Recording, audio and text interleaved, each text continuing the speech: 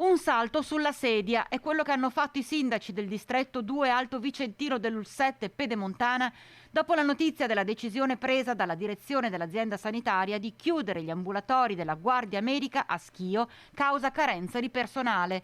Chiusura a oggi definita temporanea, ma il timore è che possa essere permanente.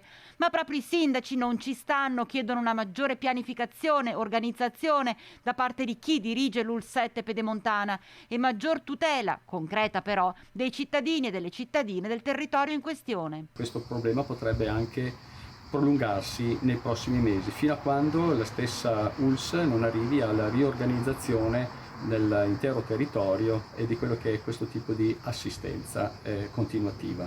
Assistenza fondamentale, soprattutto se si pensa che, seppur restino attivi i punti di Thiene e Arsiero, resterebbe scoperta l'area più popolosa, quella dello Scledense, appunto.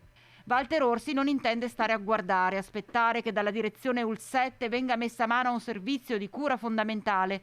Il timore, infatti, con la chiusura della Guardia Medica a Schio, è che le persone vadano a intasare il pronto soccorso di Sant'Orso, creando ben immaginabili disagi, e si sta muovendo per fare pressione sull'Ulsette, mobilitandosi anche per trovare una soluzione. Mi sto muovendo con tutte le associazioni di mia conoscenza che possono avere al loro interno medici, ma faccio un appello, colgo l'occasione anche per lanciare un appello ai medici in pensione o che possono avere del tempo a mettersi in contatto con l'ULSS per cercare di coprire, diciamo, quei turni o una parte di quei turni per poter garantire il servizio ai miei cittadini e ai cittadini dell'intero comparto. Insomma, il primo cittadino di Schio è in prima linea, nonostante il direttore generale dell'ULSS 7, Carlo Bramezza, al momento del suo insediamento abbia scandito a chiare lettere che il sistema sanitario non è competenza dei sindaci e che loro devono occuparsi esclusivamente della parte sociosanitaria a loro assegnata.